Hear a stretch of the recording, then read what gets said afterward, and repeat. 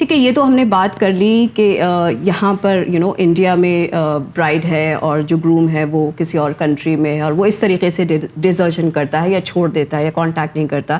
تو اس طریقے سے آپ نے بتایا کہ کسی بھی لیگل پروسیس کے لیے ہماری شادی کو جو ہے رجسٹر ہونا بہت ضروری ہے. اگر ہم بات کریں دونوں کپل کی باہر فارن کنٹری میں جا کے سیٹل ہونے کی, اور وہاں جا کر اگر یہ ہسبینڈ جو ہے وہ اپنی بیوی کو کسی طریقے سے چھوڑ دیتا ہے, and then he is living his life, he is not bother about her life, ایسے میں کس طریقے سے قانون مدد کرتا ہے, انڈین قانون مدد کر سکتا ہے اس برائڈ کی؟ سب سے پہلے یہ سمجھنا ضروری ہے کہ ان کی شادی انڈیا میں ہو. اچھا, انڈین لاز کے تحت ہو. On ground India. جی ہاں, انڈیا میں ہو. اوکے. یا پھر ان کی شادی اگر باہر کے ملک میں ہو بھی رہی ہے تو اس کا رجسٹریشن یہاں پہ ہو. اوکے. وہاں پر رجسٹریشن ہوگا تو وہاں کے لاز گورن کریں گے. جہاں پہ آپ انڈین قوانین کو پروٹیکشن میں لانے کی سوال ہے تو وہ اسی صورت میں ہوگا جب انڈیا میں چیزیں ہوئی ہوں. اچھا, یعنی اگر شادی باہر ہوئی ہو اور لیکن انڈیا کے لیے اس وقت رجسٹر کیا جا سکتا ہے. ہاں, شادی اگر انڈیا کے باہر ہوئی ہو, بہت سارے ایسے کپلز ہوتے ہیں جو آج کل ڈیسٹینیشن ویڈنگ کا سیناریو چل رہا ہے, تو ان صورت میں بھی آپ انڈیا آ کے اس چیز کو رجسٹر کر سکتے ہیں. اوکے, کیونکہ وہ انڈین سٹیزن ہیں تو وہ اس لحاظ سے ان کو رجسٹر کروانا امپورٹنٹ ہے. جی. اس کے بعد دوسری چیز یہ ہے کہ اب وہ وائف وہاں چلی گئی ہیں اور وہاں پر اب جو بھی ان کو مسئلے پیش آ رہے ہیں ہسبینڈ کے ساتھ, وہ یا تو ڈومیسٹک وائلنس ہو یا وہ ڈومیسٹک وائلنس ہر لحاظ سے, یا اور بھی کچھ ہو رہا ہو جو وہ بتا نہیں پائے یا ان کو سمجھ نہیں آ رہا ہے, تو جب آپ کسی NRI سے کسی ایبسلیوٹلی انجان انسان سے شادی کرنے جا رہے ہیں تو کچھ ڈوز اینڈ ڈونٹس ہیں جو نیشنل کمیشن فار ویمن نے بھی ان کے کافی سارے رپورٹس میں اور کافی سارے پبلیکیشنز میں دیے ہیں کہ جب آپ NRI سے شادی کرنے جا رہے ہیں تو آپ کو کن چیزوں کا دھیان رکھنا چاہیے, کون سے ریڈ فلیگس کو آئیڈینٹیفائی کرنا چاہیے, اور ان میں سے میں کچھ گنوا لوں گی. جی. ایسے ہے کہ جہاں پر آپ کو بات چیت شروع ہوتی ہے, رشتہ وغیرہ کی بات چیت ہوتی ہے, تو سب سے پہلے یہ ہے کہ آپ کسی بھی فائنینشیل ٹرانزیکشنز میں نہ پڑیں.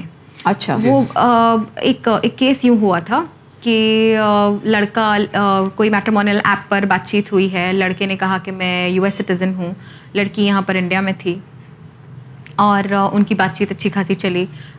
فیملی والوں نے ویڈیو کال وغیرہ پر بات کر لی, ان کے فیملی والوں نے سب نے تسلی کر لی.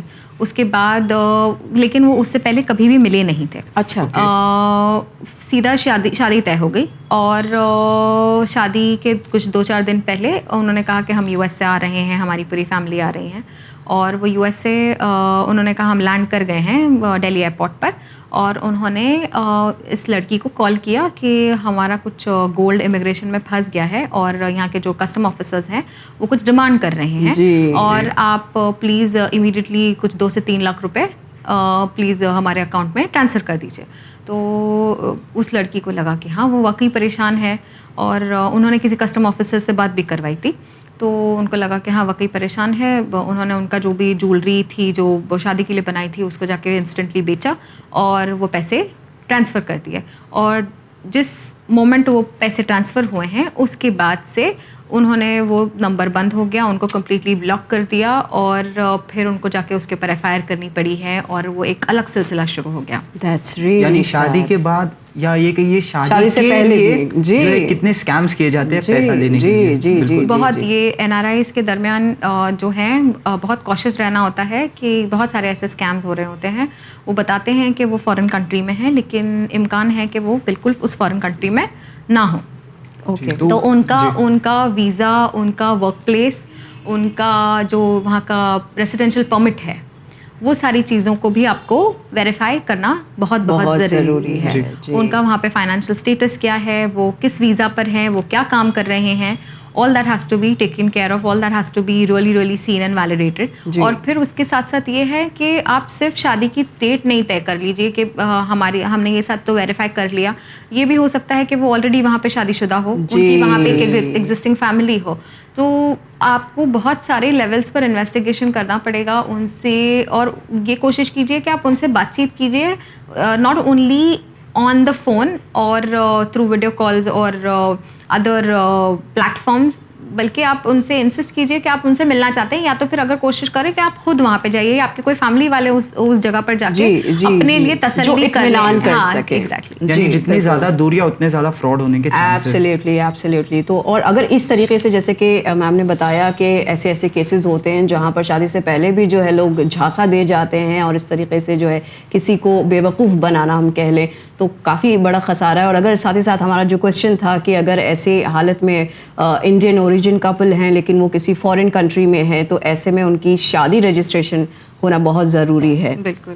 اور پھر اب جب ہم کہہ رہے ہیں کہ وائف وہاں پر چلی گئی, اب شادی تو اطمینان بخش ہو گئی, اچھے سے ہو گئی, اس کے بعد جب وہ جاتی ہیں وہاں پر, تو اگین یہ ہونا چاہیے کہ آپ اپنے جو ریلیٹیوز ہیں یا وہاں پر کوئی ایک فرینڈ بیس ہوں, ان کے ٹرسٹ وردی لوگوں کے آپ کے پاس ایک لسٹ ہونی چاہیے, ان کا سارا کانٹیکٹ ڈیٹیلز ہونے چاہیے, آپ کو پتہ ہونا چاہیے نیئرسٹ پولیس اسٹیشن کہاں ہے, آپ کو پتہ ہونا چاہیے کہ آپ کے embassy offices, Indian embassy offices, Indian consulate offices کہاں ہیں, تاکہ کوئی بھی پرابلم آتی ہے تو the first place that you go is going to be there.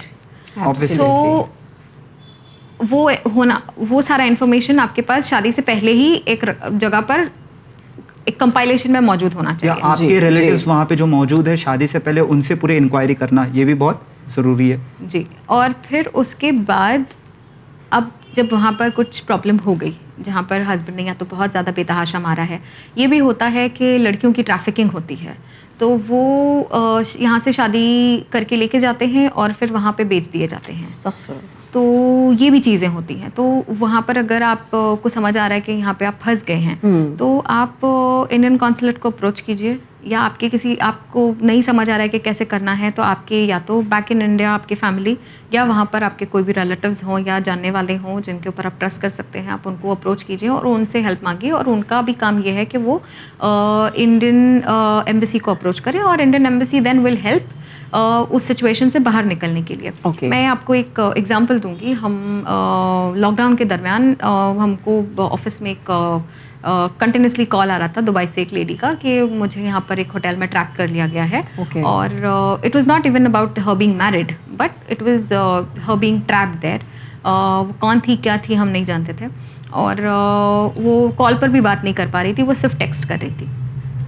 اس کے بعد ہم نے ایز این این جی او ہم نے افیکٹو قدم یہ اٹھایا ہے کہ ہم نے انڈین ایمبیسی دبئی میں, Dubai police, Mumbai police, simultaneously ministry of external affairs and ministry of home affairs, ان سب کو ہم نے ایک ای میل کیا اور وہ نمبر وہاں پر دے دیا ہے. اور آئی تھنک ہم کو رسپانس تو نہیں آیا, بٹ ہم کو وہاں سے پتہ چلا کہ دبئی پولیس نے of course with the other authorities involved they got hold of the whole thing. Okay, that's wonderful. تو کافی پرو ایکٹیو ہیں ہماری services. It is just about pressing the on button and get the process moving. جیسے کہ ہم نے شروعات میں ہی کہا تھا کہ رائٹس ہوتے سب کے پاس ہے, پر جاننا بہت ضروری ہے. ایبسلیوٹلی. اور precaution is always better than cure. اور کسی بھی اس طریقے کے مسئلے میں آپ نہ پڑیں, اس کے لیے بہتر یہ ہے کہ اپنی رائٹس کو بخوبی جانیں. آپ کو پتہ ہونا چاہیے کہ آپ کی انڈین لا جو ہے آپ کو کس طرح سیکیور کر سکتا ہے. ساتھ ہی ساتھ آپ کا خود کا بھی اسمارٹ ہونا, ویجیلنٹ ہونا یہاں پہ بہت ضروری ہوتا ہے. اس میں ایک اور چیز ایڈ کرنے لائق یہ ہے کہ اگر وائف کو وہاں لگ رہا ہے کہ وہ ان کو پریشانی ہو رہی ہیں, تو وہ ان کے فیملی کے تھرو انڈیا میں بھی رجسٹر کروا سکتی ہیں F I R. Okay. F I R under cheating, under other sections applicable, even under the protection of women from domestic violence act. تو یہاں تک کا بھی سہولت دی گئی ہیں. یہ اس کے ساتھ ساتھ وہ اگر انڈیا میں ہیں, کیا ہوتا ہے کہ اگر ہمارے پاس ایک کیس آیا تھا جہاں پر ہسبینڈ وائف کی شادی ہوئی تھی تنزانیہ میں. اچھا. اینڈ وہ وہاں پر تھے, وہاں پر بچی ہوئی, اور پھر وہیں پر تنزانین کورٹ سے انہوں نے ڈیورس لیا. اور پھر وائف انڈیا بچی کو لے کر واپس آ گئی. اب چونکہ وہ انڈین سٹیزن تھی تو ان کے پاس انڈین سٹیزنشپ تھی, بٹ بچی تھی تنزانین سٹیزن. اب وہ ان کا ویزا بار بار رینیو کروانا, وہ کافی پریشان ہو گئی تھی کہ بھائی میں آلریڈی ڈیورسڈ ہوں لیکن بچی انڈین نہیں ہے, تو ان کو بہت مشکلات آ رہی تھی. تو پھر انہوں نے ہم سے رابطہ کیا اور پھر ہم نے ان کو ہیلپ کیا بچی کا انڈین سٹیزنشپ دلوانے میں کہ ہم نے اگین گورنمنٹ کو اپروچ کیا اینڈ سارے ان کے جو ڈیورس پیپرز ہیں, ڈیورس ڈکریز ہیں, وہ ساری چیزیں ان کو پیش کی. اور یہ ہوتا ہے کہ باہر کی ڈیورس ڈکریز یا باہر کے جو آرڈرز ہیں, ججمنٹس ہیں, وہ یہاں پر بھی کنسیڈر کیے جاتے ہیں. سملرلی یہاں کے جو آرڈرز ہیں وہاں پر بھی ایگزیکیوٹ کروا سکتے ہیں ہم. تو اگر یہ ہوتا ہے کہ یہاں پر وائف کو کوئی بھی ڈگری اگر وہ کسٹڈی کی ہو یا وہ بچوں کی کسٹڈی کی ہو یا وہ مینٹیننس کے لیے ہو, جو ہسبینڈ باہر ہیں, تو ہم ان کو بھی ایگزیکیوٹ وہاں پر کروا سکتے ہیں. اوکے. سائملٹینیسلی یہ بھی ہے کہ آپ ہسبینڈ کا پاسپورٹ امپاؤنڈ کروا سکتے ہیں. Okay. What do you mean by this passport being impound? So Indian government, your passport is granted under the Indian government. Okay. So جب آپ کے ہسبینڈ نے کوئی کرمنل ایکٹ آپ کے ساتھ کیا ہے اور وہ اب ایز پروٹیکشن فار ہمسیلف وہ انڈیا سے باہر نکل گئے ہیں, یا تو وہ وہاں پہ کام کر رہے ہوتے ہیں اور وہ بس لا کو ایویڈ کر رہے ہیں, بھاگ رہے ہیں, ان کے اگینسٹ آرڈر تو آ گیا ہے لیکن وہ ایگزیکیوٹ نہیں ہو پا رہا ہے, تو ہم کو منسٹری آف ہوم افیئرس کو اپلائی کرنا پڑے گا کہ یہ رہا ہمارا آرڈر جو آنریبل کورٹ نے دیا ہے کہ ہسبینڈ نے اتنا پیسہ در مہینہ دینا ہے, یا اتنی ایلیمنی بنتی ہے ڈیورس کے معاملے میں, یا بچوں کی کسٹڈی ان کے پاس ہے جو ہم کو ملنی چاہیے, ایسی جو بھی چیزیں ہیں, یا اگر ان کو سزا ہونی چاہیے اگر وہ کرمنل میٹر ہے تو ان ساری صورتوں میں ہم کو منسٹری آف ہوم افیئرس کو اس آرڈر کے ساتھ اپروچ کرنا ہے, یہ اپلیکیشن دیکھیے کہ ان کا پاسپورٹ امپاؤنڈ کیا جائے, مطلب پاسپورٹ کو سارٹ آف کینسل کر دیا جائے, رد کر دیا. تو جیسے ہی ان کا پاسپورٹ کے لیے وہ لوگ پروسیس کریں گے تو اس جس کنٹری میں وہ ہیں وہ ایمبیسی ان کو ڈھونڈ نکالے گی کہ ان کے پاس ان کے سارے ڈیٹیلز ہوتے ہیں, اور پھر ان کو وہاں سے انڈیا دوبارہ لے کے آیا جائے گا. Okay, that's very interesting. Exactly, and and that's very detailed, very clear.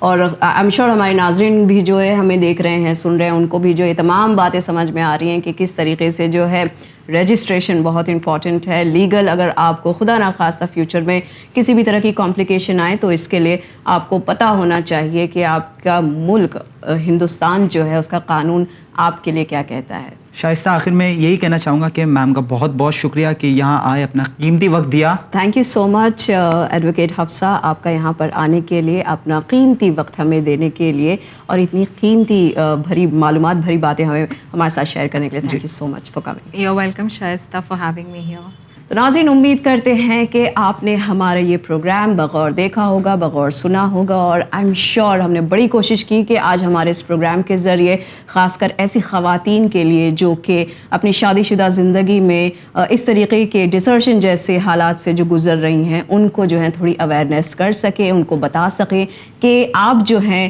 ان حالات میں تنہا نہیں ہیں, اکیلے نہیں ہیں, کمزور نہیں ہیں. تو بالکل اپنے رائٹس کو جانیے, اور اپنے اگر اب تک جو ہے خاص کر ایسی خواتین جن کی شادیاں ہو چکی ہیں اور انہوں نے کبھی بھی اپنی شادیاں یا نکاح کو لے کر لیگل کرنے کے بارے میں نہیں سوچا, پہلی فرصت میں آپ جائیں, اپنی شادیوں کو, اپنے نکاح کو جو ہے رجسٹر کروائیں, اپنے لیگل رائٹس کو جانیں اور لیگل ایڈوائس ضرور لیں. اسی کے ساتھ ہمیں دیجیے اجازت, پر بنے رہیے چینل ون کے ساتھ. پیغام انسانیت. شکریہ. خدا حافظ.